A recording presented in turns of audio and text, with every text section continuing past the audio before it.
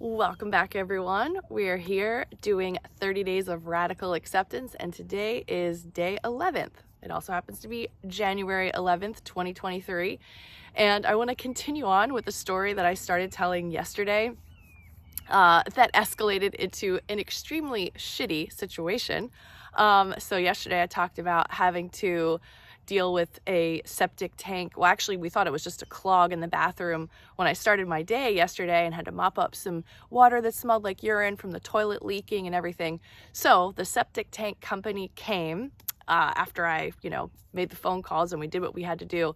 And as they were digging and pumping out the septic tank, they wanted to try this operation to clear a clog that we had in the bathroom. And within seconds, literally stinky old shit that is like partially digested or whatever happens in a septic tank is billowing out of the toilet. And my beautiful friend Marion is in the bathroom saying, oh no, it's coming.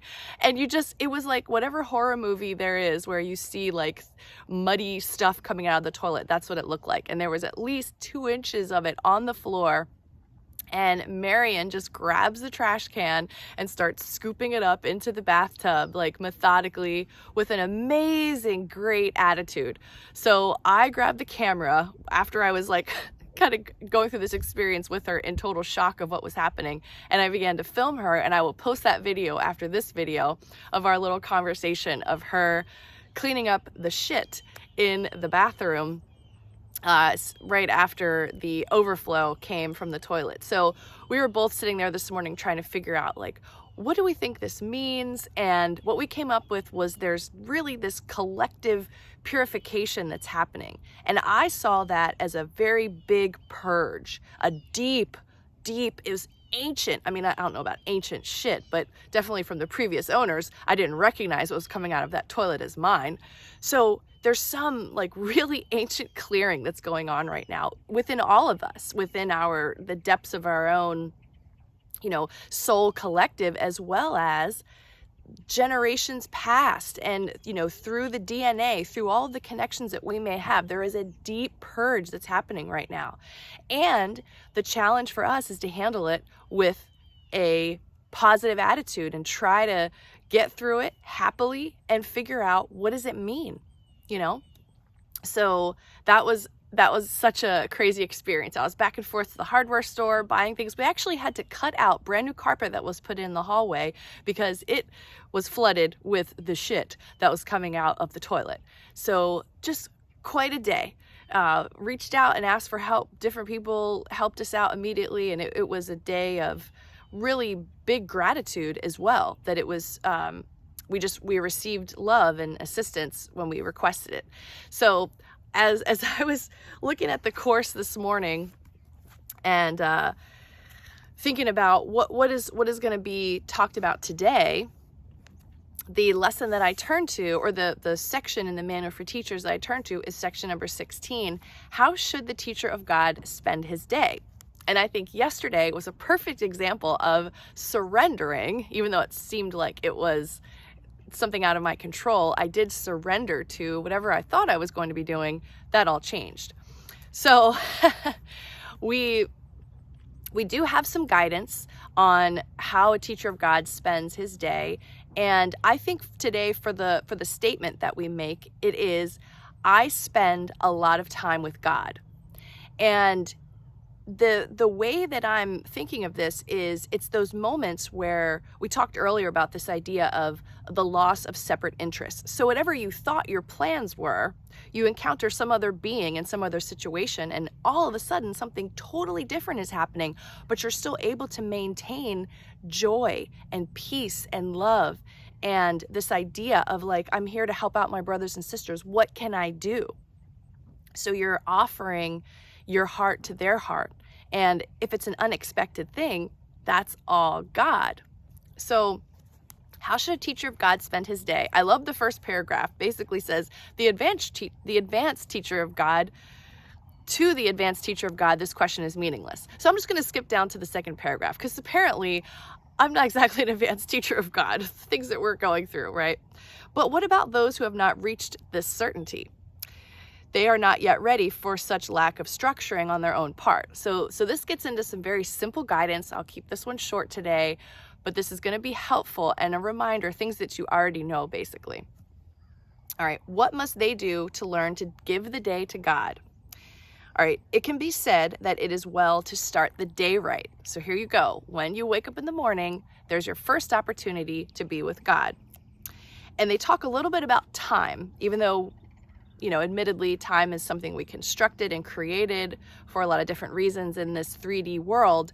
But thinking about in terms of when the sun comes up until the sun goes down, there's time in between, and you can choose what you're doing with it. That's more in terms of what the focus of this lesson is.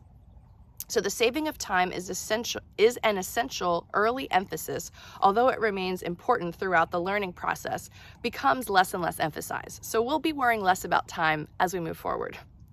At the outset, we can safely say that time devoted to starting the day right does indeed save time. So when you wake up in the morning, those first thoughts, what are they going to be? It may be that the teacher of God is not in a situation that fosters quiet time as he awakes, which is probably a lot of us. And that may not be because the time isn't there. It's our ego, or it's our to-do list, or whatever. If this is so, let him but remember that he chooses to spend time with God as soon as possible, and let him do so. So this is interesting. Duration is not a major concern. So how much time do you spend when you wake? One can easily sit still an hour with closed eyes and accomplish nothing. One can easily give God only an instant, and in that instant, join with him completely.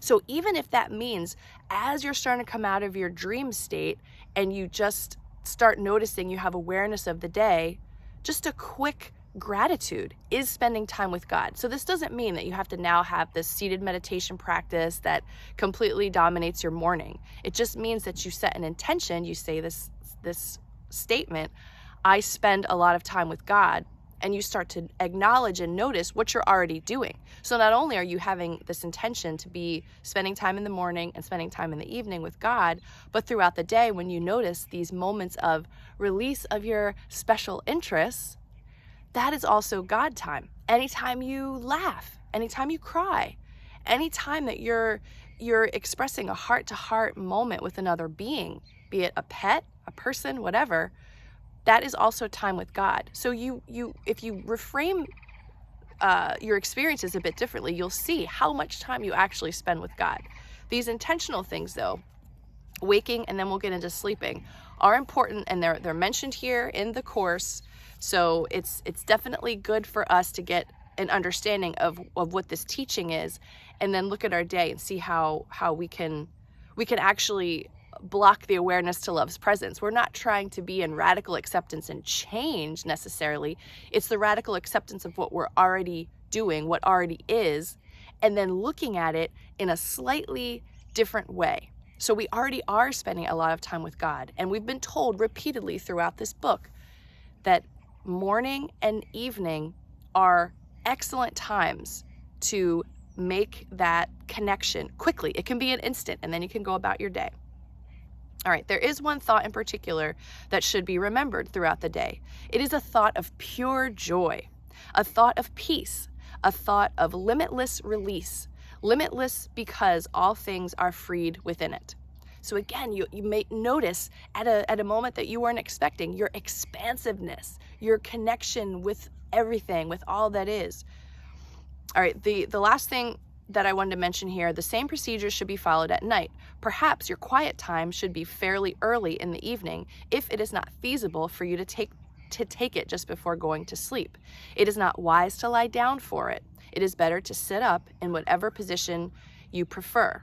If possible, however, just before going to sleep is a desirable time to devote to God.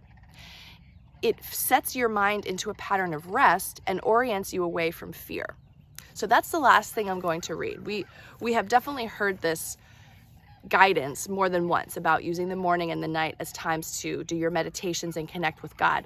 But as we just read here, it can be an instant of connection, and that has a massive healing effect energetically, because it really means something when you're not diligently trying to keep your eyes closed, keep your back straight, sit in the lotus position for, 35 minutes.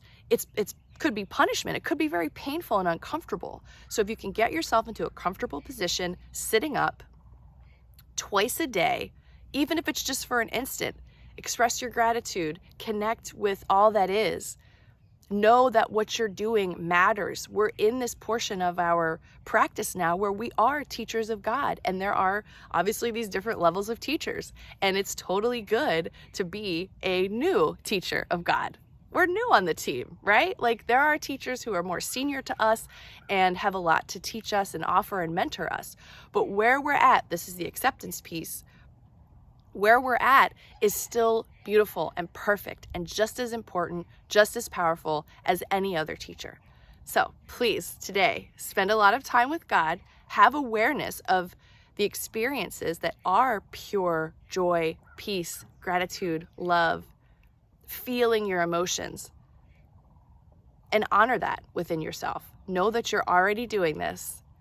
And look at what you're doing as you're waking in the morning and as you're getting ready for bed at night. Can you add in an instant? Can you add in a couple of minutes? Anything to kind of give your practice completion for the day. And as we all move forward better, we're going to have a lot less shit coming up for us. I'm certain. Thanks for tuning in, everyone. I'm going to post this video of Marion from yesterday. Have a great day. I love you very much, and I'll see you tomorrow.